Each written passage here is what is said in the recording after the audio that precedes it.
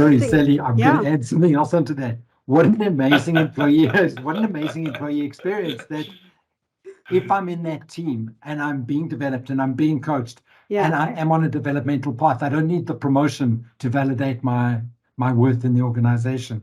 So I'm part of the team, and if one person rises to lead that team, they didn't do better than me. They just taking on the role of being responsible for me. So it's a different mindset, and I'm not being left behind. I'm being carried forward in that team to better and greater things.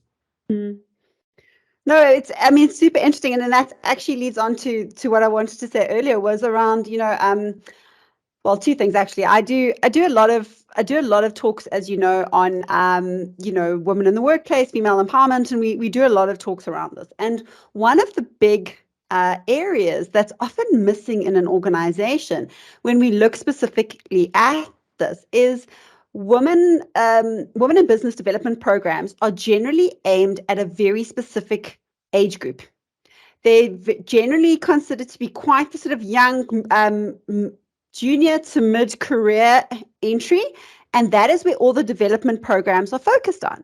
Now, there's a huge case to be made for the wisdom and coaching ability of women that are returning to the workforce, that are coming back in, or perhaps never left, but had different priorities in their lives for a period of time, and are now coming back in to nurture, to grow, to refocus on their careers, and to add that wisdom back into the organization.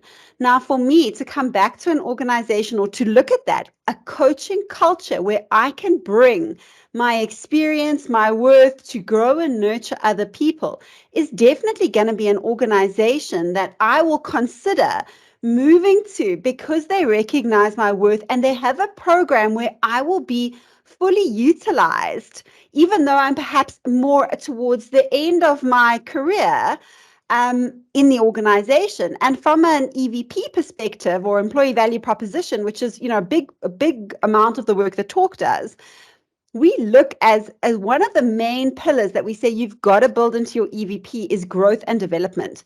It's not learning and teaching, it's growth and development.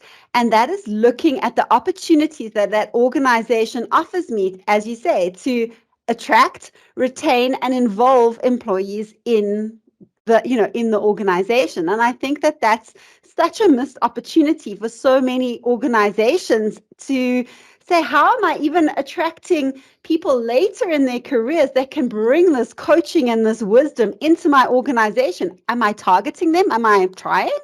I think it's an interesting thought.